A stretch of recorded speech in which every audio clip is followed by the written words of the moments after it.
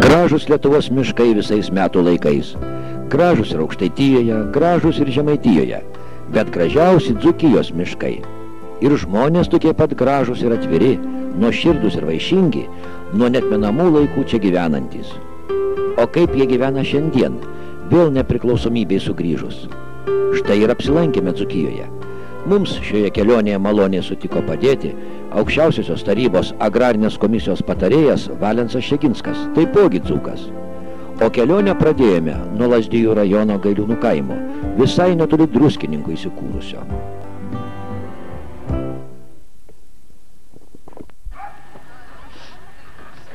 Visais laikais taip sakė. Ir prie Smetoną sakė, ir prie Rusų sakė. Ir dabar sako, kad dzūkai neturtingi. O aš štai atvažiavau į Gailiūnų kaimą ir aš stebiuosi. Tokie gražus namai. Tai ką jūs, ar jūs apsimetat neturtingais bėdnais, ar iš tikrųjų jūs esat bėdni, ar iš tikrųjų jūs turtingi? Ne mūsų namai šitie. Kaip tai ne jūsų? Ne, čia visų ponų gražus namai. Taigi ponų nėra. Yra ponai yra, mūsų namai visai va šitokie tik. Tai kokie čia ponai? Nu kokie ponai, visi ponai. Nu kokie tie visi ponai? Nu vietiniai mažai kas susistatė. Visi kolūkio pirmininkai. Ir mes net nežinom kokie. Va, mes toj parodysim, tai 3 pretendentai ant mūsų žemės, ant sklypo. Kiek jūs žemės turėjot? Kiek žemės turėjom? 20 hektarų. Ir dabar ant mūsų sklypo 11 plėtų pasistatė žmonės. 11? 11.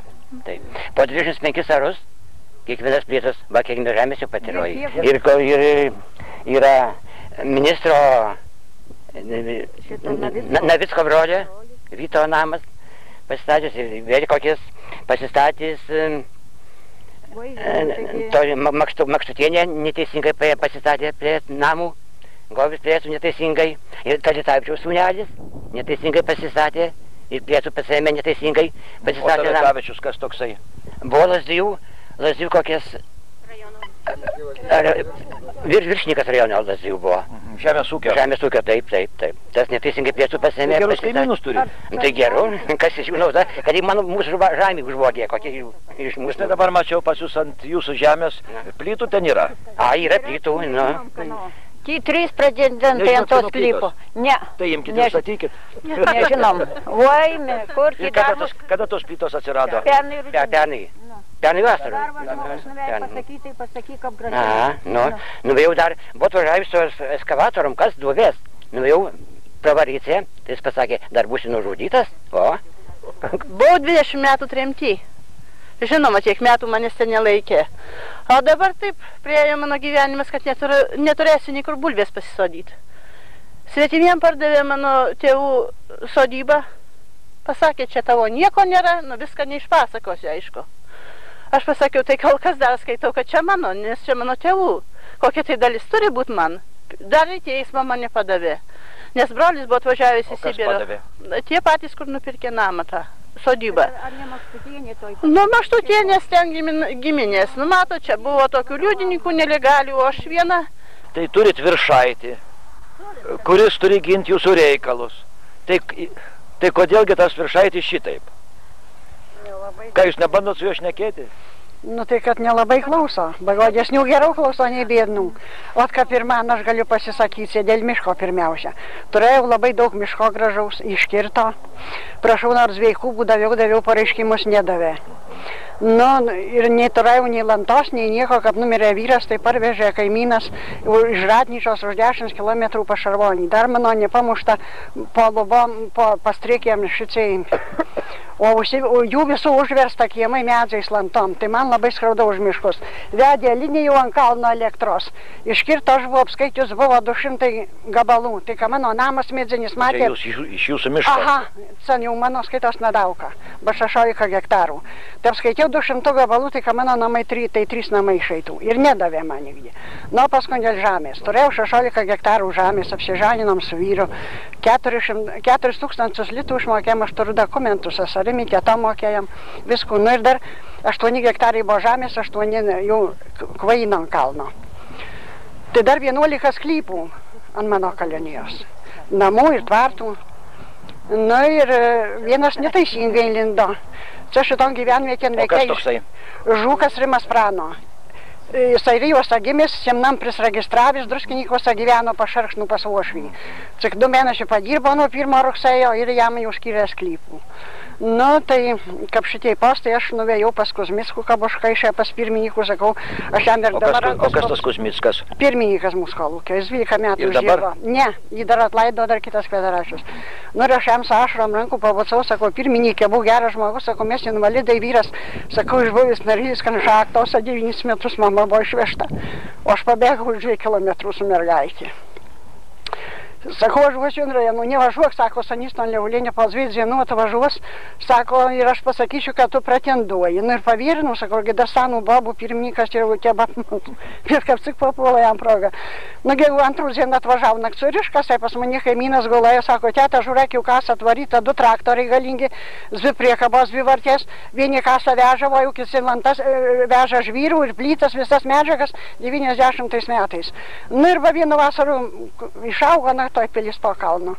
Nu, tai aš nuvažiavau pas Viršaitį, sakau, ponas Viršaitis, sakau, nugi sulaikykit už talybų. Mes, sakau, tik 60 sarų kap delnas, neturim nei bulbų, kur pasisaldyti, kapsai visų žolėm. Paskambino ant Moskevičių valdytojų. Ir aš girdžiu, kad jis skambina. Sako, pirmininkė, šeima tremtinė, kalinė, būtų 2 grupės, nelyskit, kur nereikia, babus negražu visiems. Nu ir gerai, niekas nesgauna statos ir aš grįžau pas Viršaitį užėjus, sakau, Viršaitį, daryk rodų. Nu gerai, tėtukė, gražiai vadzina, gražus vyras, bet netep daro. Ryt nuvažiuosiu Rokuoje Lazijuose, paimsiu iš rajono žmogų ir atvažiuosiu išlaikysiu. Važiavo ir nuvažiavo. Kiek buvo mūsų tremtinių gailiūnų žmonių, aš turiu susrašus, nei vienam nei sklypo davė, nei jokios malonės, nei nieko. Mano vyras ir aš ant 12 rublių sėdėjom visų gyvenimų. Va, Marcinoniai, Leulis, Kašalynas, Tonkus, Baičius, Marcinoniai, Kašalynas, Grigas, Šmitas Augus, Jankevičiai, Sinkevičius, Valatkevičius, Žukas, Tonkus, tremtiniai, paskui, kaip gitas čia šitas, Baičius, ir niekas, nei vienas nieko. Nieko negavo, o visi iš kitur gauna į varus ir ateina tai Dievas geriausias, jiem keli šniūrai, dar gatavo šino kitų priveža į varus, kiek nori ir kur nori.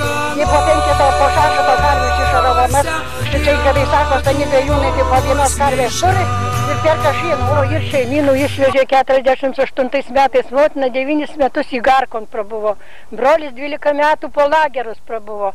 Vienu brolį ant gatvės paguldė. Reiškia, žemė mano stovi 8 hektarai, mes nedaug turėjome, mažai žemė buvom. Ir šiandien pasakė, kad aš negaliu ant to žemės užkelti kojos. Ji neužstatyta. Ir kas tai pasakė? Tas kuris dirba, turi sarus. O jisai turi savo žemį, savo kalionių pačiuose gailiūnuose. Jis gali pasimti savo žemį. O aš turiu 5 vaikus, tai aš juos turiu palikti ant grindinio. Prasidėjai, mūsų kolūkis buvo ir va, visa valdžia. Dar amžinatilsį Kuzmickas, šitas utaras buvo, padarė tą gyvenvietin kūrę ir visa valdžia Lazijų rajono aš pažįstu ir Stoncelį, ir Taletavičių, ir visus, ir Bainauskas buvo visi valdžia, tai jų namai pasistatyti. Tai tai nesvar. Paskui apylinkė patys sėdzi komunistai, kad tai sėdė ir dar sėdzi Rutkauskas ir jis pirmiau buvo ir dabar, ir va jis va šitų velniavų visų padarė. Utaras pradėjo, šitas daugiausia nori pribėgs gailiūnų, šitas dabartinis Rutkauskas, aplinkės pirmininkas. Ir jūs dar norite žemės, maža, kad jūs trėmė ir žudė. jūs, buvęs sovietų valdžios priešai, dar drįstate kelti balsą? Ar jūs ne per daug matote ir žinote? Ir jis nieko nesklausė, Kuzmickas, tai jų viena ranka ir viskų darė ir padarė taip, kad mes sumarmalysimės niekur taisybės nėra. Ir tol mes nerasim taisybės, kol bus Lazdijuose tai komunistai sėdės, kad tai patys pirmą sėdė ir dabar, ir apylinkėn, ir Rutkauskas, dabar Mockevičius, Lazdijo apylinkė, šitas ir... Čia nėr, čia bus, čia ir čia nėr, čia bus, kaip nebus, dar palaukus tikrai bus, kaip nebus, dar palaukus tikrai bus.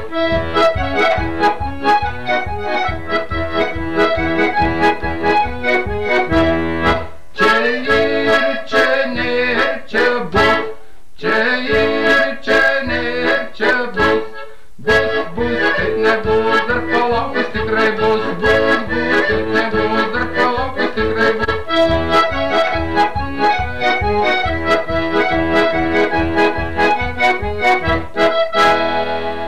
Visai neduoda kalbės, jeigu nori savavališkai viskų daro ir va šiemet norėjo pribaigti pavasarį nori. Atvažiavo pavasarį ir va mano aruose, tai mano arai, aš čia, mano žemė, senelio ir tėvo ir aš jau senelis. Ir va atvažiavo plesų daryti ir va jau atvažiavo, sakau, tai kaip jūsų viršaičiai, sakau, darot? Sakau, žinot, kad aš jau atsakysiu, sakau, iš 30 hektarų, sakau, man rusų valdžia davė, sakau, ar už 60, o sakau, jūs ir dabar ir tuos atimat. Sakau, duodat plečios, o man lieka tarp lasda. Sakau, aš niekur iš čia neįsiu, nušaukit mani, sakau. Na, Galiniečiai sako, kad jie turi labai gatvę labai gražių pavadinimų. Tai būtent Pirmininkų gatvė. Ar tai tiesa? Taip, vadinama jinai yra Pirmininkų ir dar kiti juokiasi, kad Bedniokų. Nes nuo 74 metų, kada buvo įkurta šita Utaro, amžinatilsio Utaro pirmininko iniciatyva, padedant Lazdijų rajono partijos pirmam sekretoriui Stonceliui, gamybinės valdybos viršininkui Taletavičiui, jo pavaduotojui, ar ką tai aš tiksliai nežinau, Bubniui, ir Buinauskui čia buvo įkurta, pasistatė jie namus ir savo jiem buvo rezervė palikti 2 namai, dabar yra pastatyti.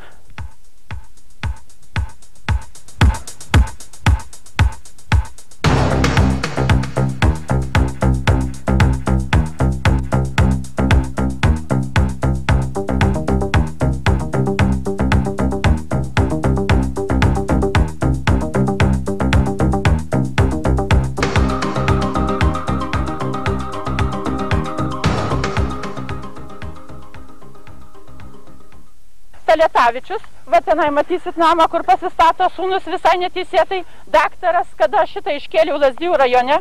Lazdijų rajone per sesiją buvau, tenai laikraščius aš jums daviau ir, sakau, neteisingai dirba druskininkuose ir jis čia visai neteisingai gavęs sklypą. Man po pertraukos atėjo ir aiškina jo tėvas. Sako, žinai, mano sūnus daktaras. Tave pagydys, sakau, žinot ką, aš numirsiu ir be daktario, o kaip turėsiu pinigų, tai mane visi gydys. Ir paskui jis sako, kaip jūs drįstate taip elgtis, sakau, žinot ką, Taletavičiau, jei aš jūs apšmeižiau šitoj visuomeniai, prašau, kreipkitės į prokurorą ir tada mane nubaus. Pasėdėjau visą laikotarpį, kada dienotvarkė buvo paskelbta, nieks neįnešė. Aš tada Leščinskui, rajono tarybos pirmininkui parašau, kad leiskit mano Galiniečių vardu šitą pasakyti. Ir aš pasakiau. Tada jokio atsakymo negavau. Jokio. Taryba turėjo išnešti šitą. Ir pasakyti, kodėl. O ta sesija kada buvo? Kovo... Šį pavasarį. Šį pavasarį. Aš tenai 2 kartus buvau. Ir nusitempusi dar va ir Amšijos buvo, ir šita Kašalyninė. Viską, ir jokių nieko. Tai kamgi čia mulkinimas, taigi čia yra kiršinimas žmonių. Ir šitie žmonės tai ne priešai nenusiteikia. Pavyzdžiui, jie turi žemę. Bet tai nors kitas gal pievos neturės, tai jie turi toliau savo žemės. Turi, tai tu pasimsi pievą, apsėsi ir ką. Kam viršaičiui kiršinti? Ir aš dabar štai atėjau ir Zigmui, Marcinonius Zigmas. Buvusios, reiškia, RKP narės prie Stoncelio, o Stoncelis buvo labai geras draugas, medžiojo kartu fazanus Lazdijų rajone su Griškevičium žiniatilsį ir nuo tų laikų taip ir tęsis. Sako, čia visai neseniai buvo atvažiavęs į Druskininkus Brazauskas, rinkiminiai kompanijai. Vakar tai buvo. Ar jums teko būti tam susirinkime? Ne, nebuvo, mes nežinojom. Aš buvau. Teko būti? Taip. Jisai savo rinkiminę, prieš rinkiminę kalbą buvo? Taip, buvo atvežęs ten savo partijos narį, kandidatą į Lietuvos Seimo deputatus, Druskininkų ir čia šitas kraštas Lazdijų Leipalingio apylinkės, Jaskelevičių. Na ir jie ten savo jau jie ten kalbėjo, labai ilgai kalbėjo, Jaskelevičius trumpai kalbėjo, bet jis kalbėdamas pasakė, kad aš irgi turiu pasiėmęs 8 hektarų žemės. Na tai mes ten netoli sėdėjau, tai ir sakau, jūs dirbat ir savo jau tais moksliniais darbais. Ir dar 8 hektarus pasiėmė žemės, o mumi neduoda tėvų žemės nei aro. Na tai Brazauskas šitą išgirdo, ten ir sako, kaip tai žemė gražinama.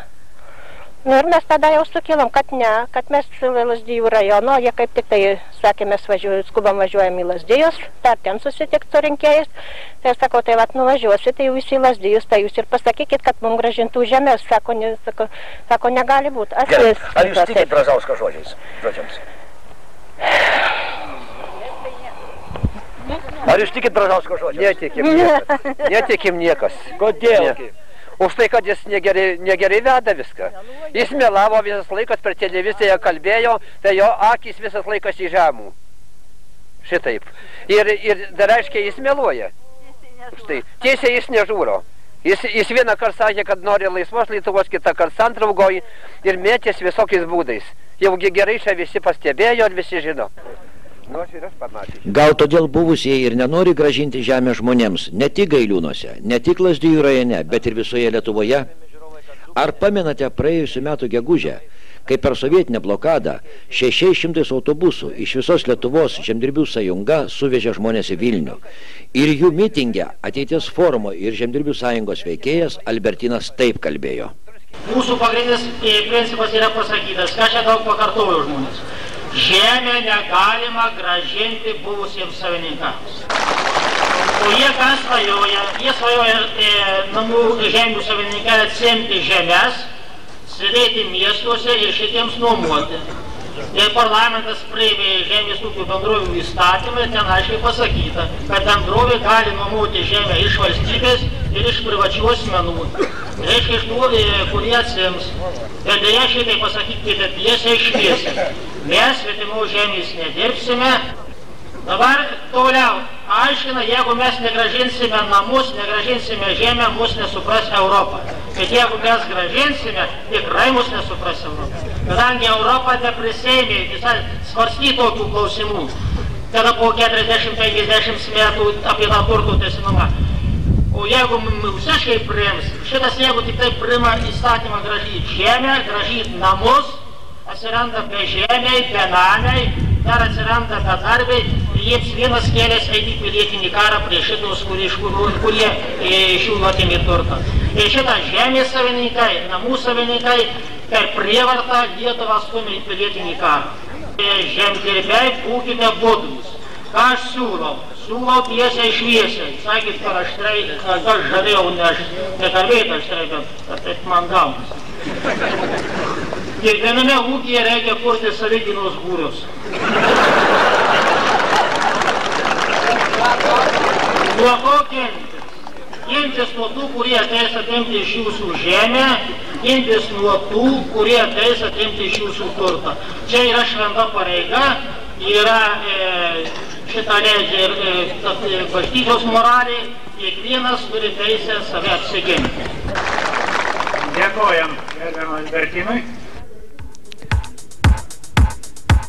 Nežinome, ar yra savigynos būriai buvusiame Nemuno kolūkyje ir Druskininkuose.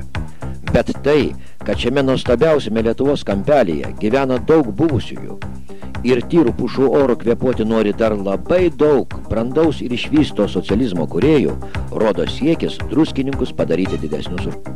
Taigi, ne tik Gailiūnai, bet ir dar daug dzūkų kaimų neteks prosnelių žemės, neaugins gyvulių, nesės rugių. Kas juos apgins? kas padės O išsaugoti dzūkų anksčiau kaimo grožį. tai bičiuliavos, šventę švęsdavo kartu, ūsus merkdavo į alų, geso lempa nuo kalbų. Ūsus merkdavo į alų, geso lempa nuo kalbų. Lietuvos laukai